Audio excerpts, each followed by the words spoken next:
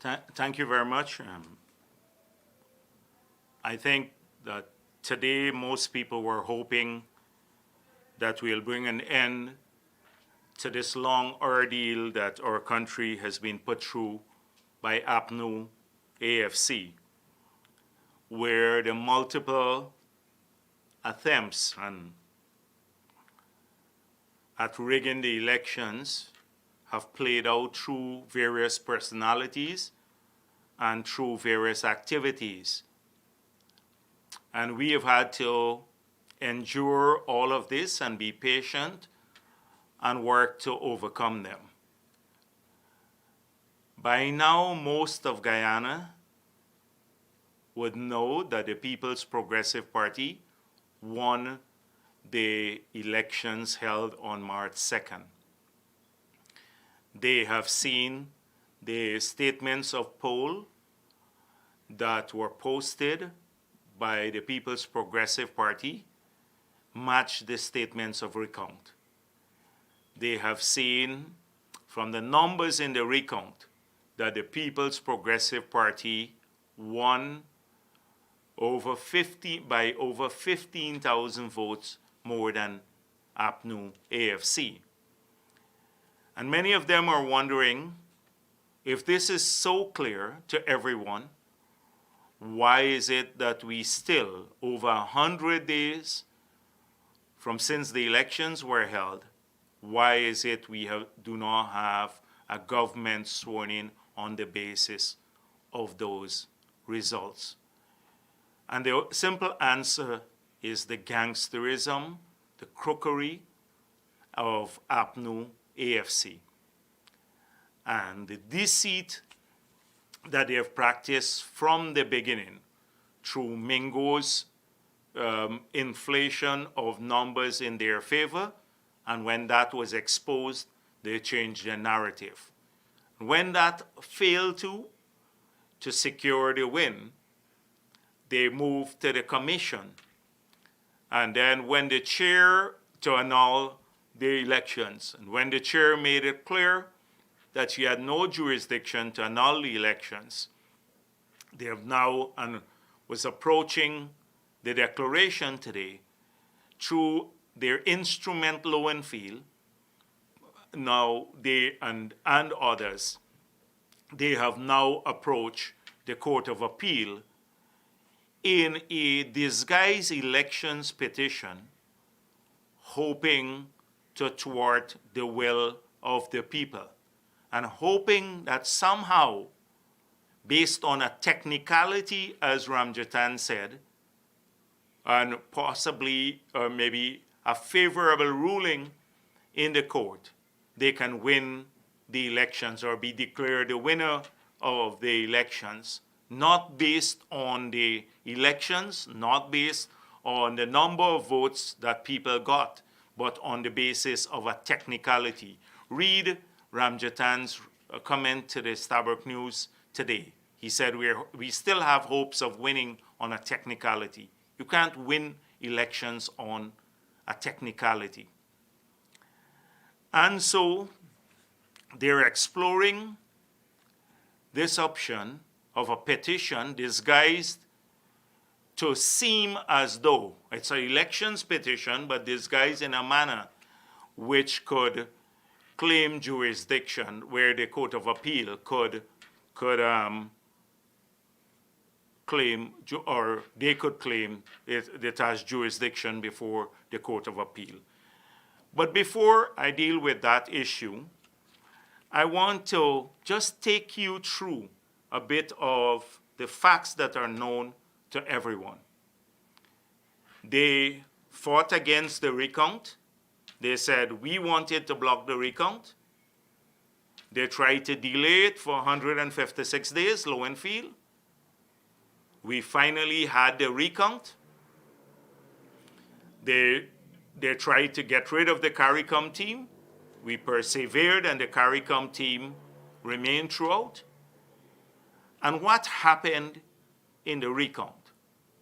After each region was counted, all the ballot boxes, and as I said before, sometime earlier, every vote in those ballot boxes was authenticated. They had to check for the validity of the ballot paper, that it was GECOM issued, and secondly, they had to see that it was appropriately stamped, and only then counted, and the voter's intention was clear. And then those were recounted. And what did the recount figures prove? The recount figures prove exactly what we knew the SOPs had spoken about, which is that the PPP victory. But after tabulating or counting all the boxes in every region, so in region 4, for example, 869 boxes, in front of every single political party and the country, GECOM tabulated those votes. The staff of GECOM, appointed by Mr. Lowenfield himself, he appointed the supervisor for the recount and a coordinator for each district. And at the end of the tabulation of all the boxes, there was a certification process. And each of those results per district was certified by the coordinator appointed by Lowenfield and all the political parties signing on to the certificates, each of those certificates. Now, one key element, a line in that in each of those 10 declarations for the 10 regions, which are all certified, there is one line which says total valid vote cast. So GECOM appointed staff, Lowenfield appointed staff, validated the recount figures by not just signing on to the entire certificate, but also putting a GECOM stamp on those certificates, and on each certificate, it has the total number of votes, valid votes cast. So Lowenfield was supposed to take the 10 certificates for each of the 10 regions and tabulate them, which he did, and present a report to GECOM. In that report, this is by the order, the recount order. In that report, Lowenfield tabulated all the 10 regions. He came up with a total, and the total figure that he submitted to GECOM showed one column, which at the top of that column, it says total valid votes cast. And it has the total valid votes cast, 460,000, somewhere near that figure. I'm rounding up. And of the 460,000 votes, his report to GECOM showed that the PPP got 233,000 and APNU 217,000, or just around there. So he submitted the report in accordance with the order. The order says, along with the report, he had to do a summary for each district. So 10 summaries of the observation reports. So that is where the adventure began. That is where APNU's plan was hatched. And it was worse than the Mingo's plot, because they couldn't deal with the recount figures because those showed the PPP victory. So Lowenfield then took all the allegations made by APNU, and he then adjusted the number of people who voted or cast their votes validly from 460,000 to 185,000. And he's saying, based on APNU's allegations, I have to reduce now the total valid votes cast from 460,000 to 185,000. And then he chose to give APNU 67% or 2/3 of the 185,000 and PPP 30% of it. In Region 6, which is a PPP stronghold where we always won, he reduced the number of valid votes from 64,000 to 14,000. And then he gave APNU 9,000 and the PPP 5,000. So APNU won a landslide in Berbice based on Lowenfield's figures. This is worse than Mingo. Egregiously worse. Horribly worse. It has no logic to it. So let me give you a couple of examples. So what he did, for example, there are about 5,000 cases where APNU said people were out of the country and couldn't vote. These were allegations that they made. Now, first of all, they couldn't prove that the people voted, but they couldn't even prove that the people were out of the country because Harman submitted a list of 517 names to the chair of the 5,000, and more than half were found in 1 week by the PPP. And even the list that the commissioner was asked to validate, we found that there are several of those people who never left Guyana. So he then took an allegation of 5,000 without even knowing the names of these people, without even verifying. APNU did not supply these names to the commission, but they only supplied 517 of the 5,000 names, and then proceeded to invalidate the 285,000 people, took away the vote from 285,000 people. Now, you recall, in 2015, when APNU won the elections, the total valid votes cast at that election was 412,000. And he's saying, and APNU won the majority by about 4,000 or 5,000 votes. So he is saying that in these elections, only 185,000 votes were valid for the whole country, but in 2015, when APNU won, 412,000 were valid. You can see how biased and how criminal his calculation was. So there were 56 claims of dead people and about 5,000 people. You hear all of this about lots of claims of dead people voting. But when we look at his report, there were only about 56 claims. But what they did, he would take, if there is a claim of one person, dead person voting in a box by APNU without proving it, and that box had 300 votes, he will then invalidate all 300. By one claim from APNU that the box was contaminated and therefore all 300 votes became invalid. And guess where they claim people died? Mostly in PPP strongholds, just to get Lowenfield to invalidate the votes mainly in PPP strongholds. So this is what happened. This is a criminal conspiracy. Criminal conspiracy. And for anyone who had any doubt that APNU was directly involved with the Mingo conspiracy, all the doubts should be put to rest, because now they're involved in a worse way with Mingo, who after the votes had been tabulated, and the world knows this, you counted the votes in the open. Everybody heard about it. They were glued to their radio sets, etc. They were live stream, audio live stream, and video live stream. And now, at this stage, to pull this off.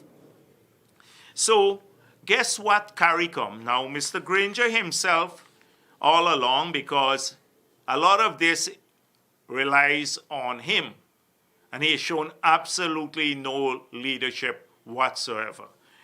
But this is when asked about, up to just last Saturday, what he had to say about the CARICOM team. He said, the question of CARICOM's presence cannot be construed as interference because its role is embedded in law, that there is an order. which authorizes CARICOM's function in the national recount. It cannot be interference. He goes on to say, the reason why we invited CARICOM to come, both a leader of the opposition and myself, was to establish the credibility of the process, the validity of the process.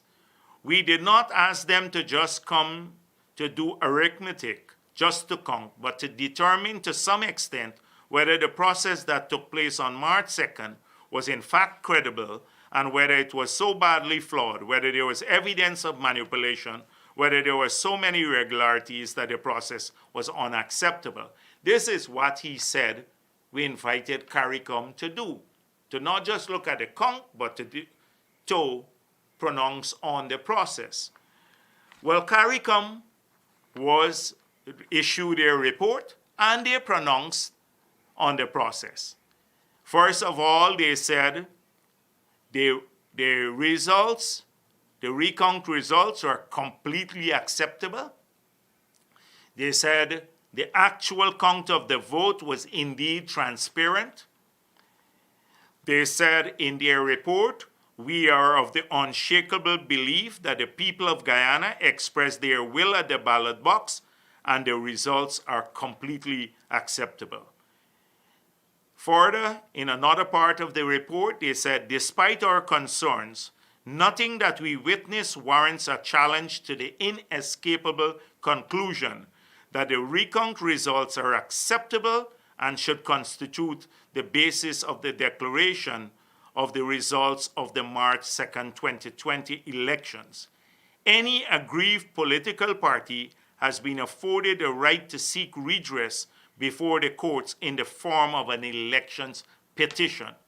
This is CARICOM speaking here, a process that was endorsed by all the leaders of CARICOM.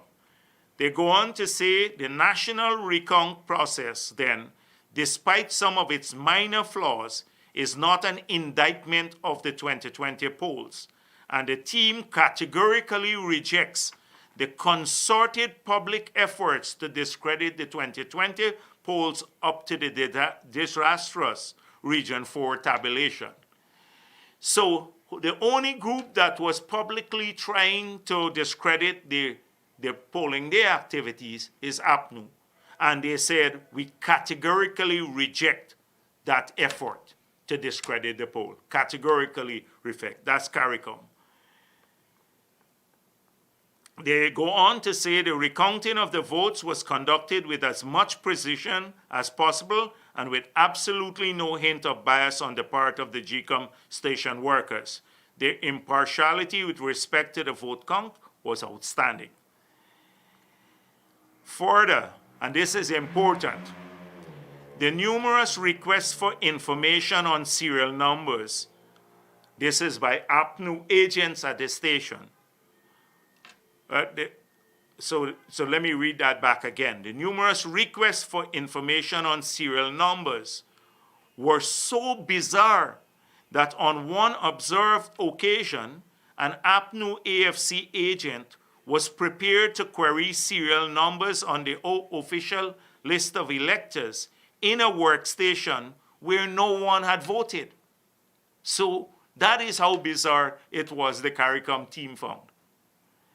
These challenges were often made on the ground of death and migration.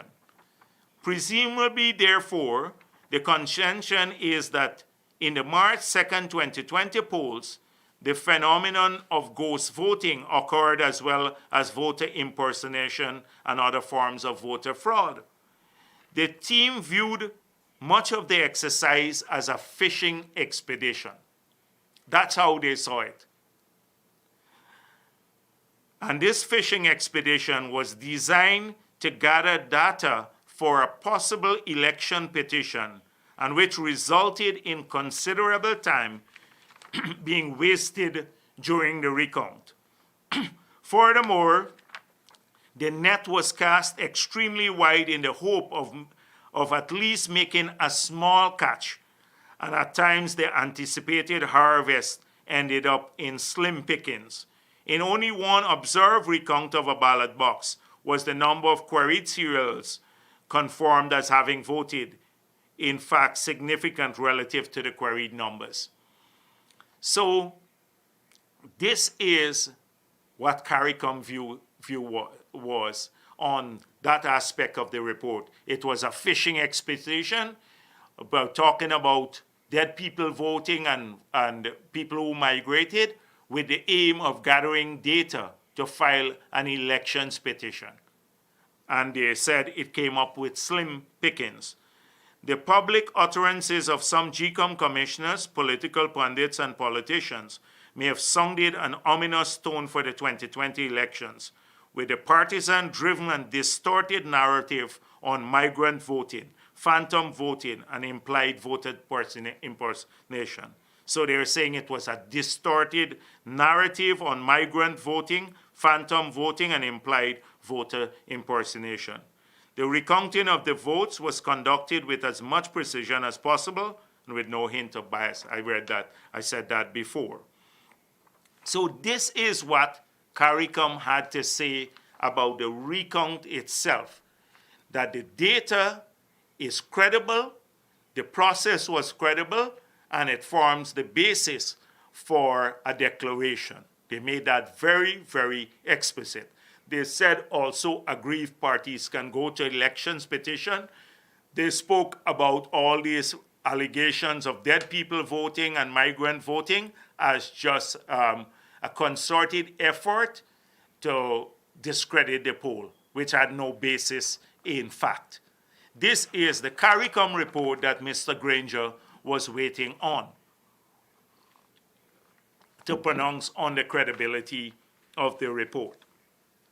So when the report, and which Mr. Lowenfield took to the commission, outlining the numbers, as I mentioned before, the correct numbers, and then his summaries were discussed at the commission, the chair said, made a presentation, and she clearly outlined the key issues that were being asked of the commission. So APNU was claiming that because of these allegations, the poll must be annulled, that you must have fresh elections.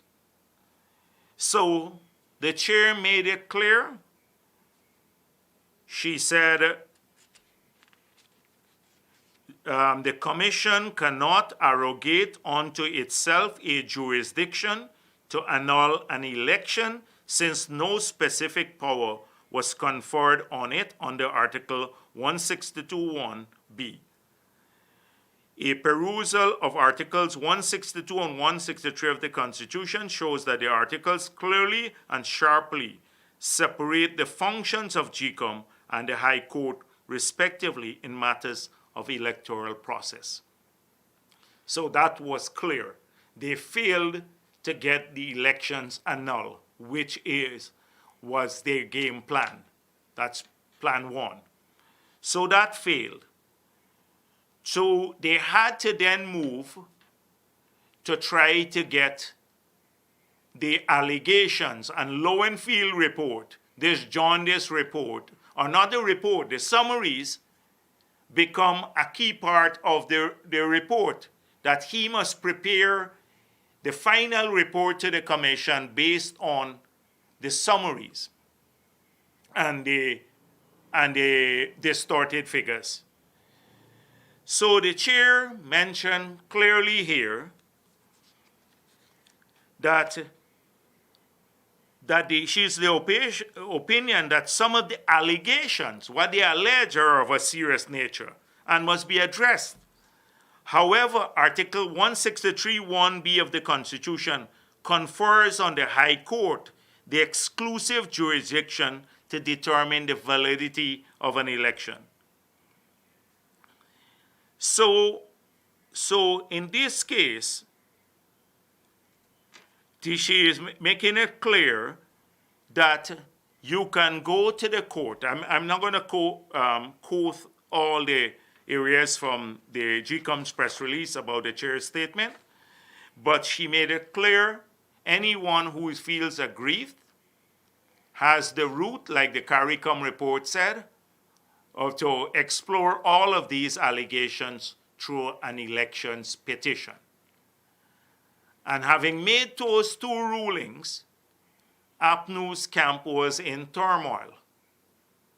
So Joseph Harmon immediately came out and he said Lowenfield will present the final report, although the chair made it clear. The chair then wrote Lowenfield because he had adjusted the report, the final numbers, the verified, certified, valid numbers, and put in his, reduced the number of electors by 285,000 people.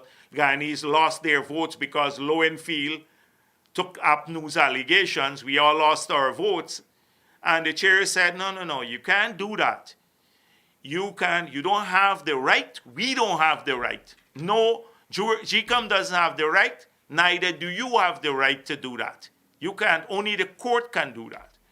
And she then directed Lowenfield through a letter to prepare the report, the final report, and calculate the number of seats using the recount data. And that is what was supposed to be presented today, and here finally be declared the president. So they then did not succeed at GECOM to get what they wanted. So now, as I said before, Harmon and Ramjatan, they seem to know what would be in Lowenfield's report before Lowenfield had prepared it. And Lowenfield's, not a report, I keep remembering, the summaries that Lowenfield prepared have a striking resemblance to the APNU webpage, what they had put out. In fact, his was a little worse. APNU had nullified 257,000 valid votes. He went up to nullify 285,000 valid votes, even worse than APNU, to give them the two-thirds majority, 67%. They got in his new number. Not even, he didn't have any shame about himself or anything. The totally shameless bunch to even sound credible.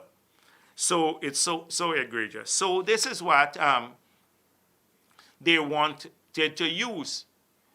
So in what seems like well-coordinated move, the commissioners didn't show up today.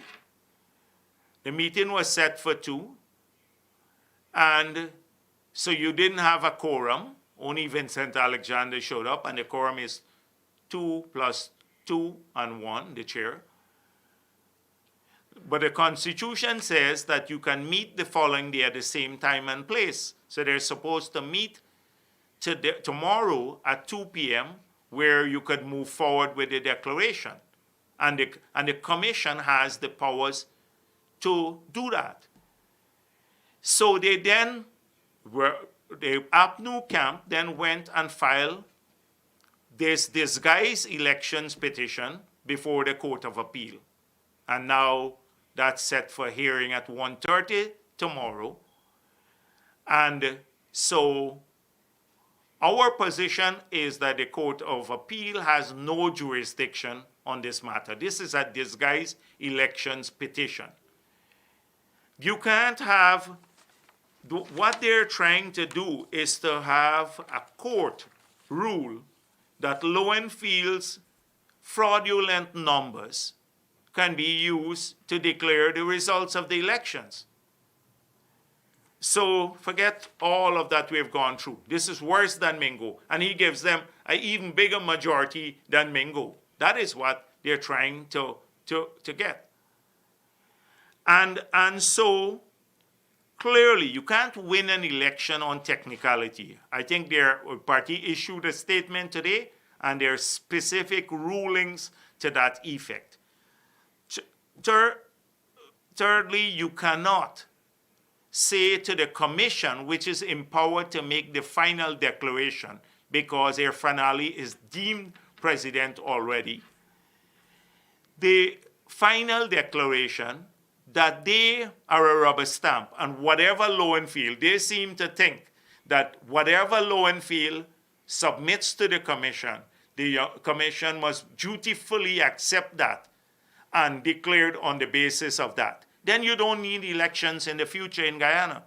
You can get an chief elections officer who's sympathetic to a party, and he goes and declares whatever he wants or prepares a report, not based on the count, because the law says he must comply with that. When he prepares his report, he must do so in accordance with the votes counted. And the votes counted, that was under the Representation of Peoples Act, the votes counted show the PPP victory. So he doesn't have discretion at this. He can't come and wake up one morning and say, I will become a court and I will invalidate more than half of the people who voted at elections, lose their vote because APNU claim they were out the country or something else, which hasn't been proven, and invalidate half, and then come up with some fictitious numbers, fraudulent numbers. And on that basis, the commission and the chair and everybody must say, oh, we have to, because the chief elections officer bring this, the results are fraudulent, but we have to declare fraudulent results. They're not a rubber stamp. The Constitution empowers the commission to correct things in the interest of fairness and impartiality. And therefore, the Constitution has all the powers, empowers the commission to act when you have a clear case now of not one, but two rogue elements of the Secretariat. First of all, Lowenfield, first of Mingo, which has been proven, demonstrated that he inflated the numbers, and now Lowenfield. And this is the plot by APNU. They will not give up. They're busy cleaning up. They're trying to sell land that they acquired. They're selling the land cheap. They're hoping to cash out. A lot of things, files are disappearing. They're trying, desperately scrambling. So clearly, you can't disguise everything now, which should come under elections petition, put it before the High Court, the Court of Appeal, and say that they must hear the matter and rule on technicalities.